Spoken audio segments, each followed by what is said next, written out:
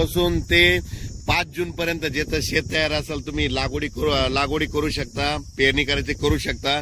त्याच्यानंतर राज्यामध्ये 7 तारखेपासून परत राज्यात पावसाला सुरुवात होणार आहे, म्हणून हे अंदाज लक्षात 7 जूनला परत वाढणार आहे, 8ला त्याच्यापेक्षा वाढत जाईल, 9, 10, 11 असं वाढत जाणार आहे, म्हणून हे अंदाज लक्षात घ्यायचा।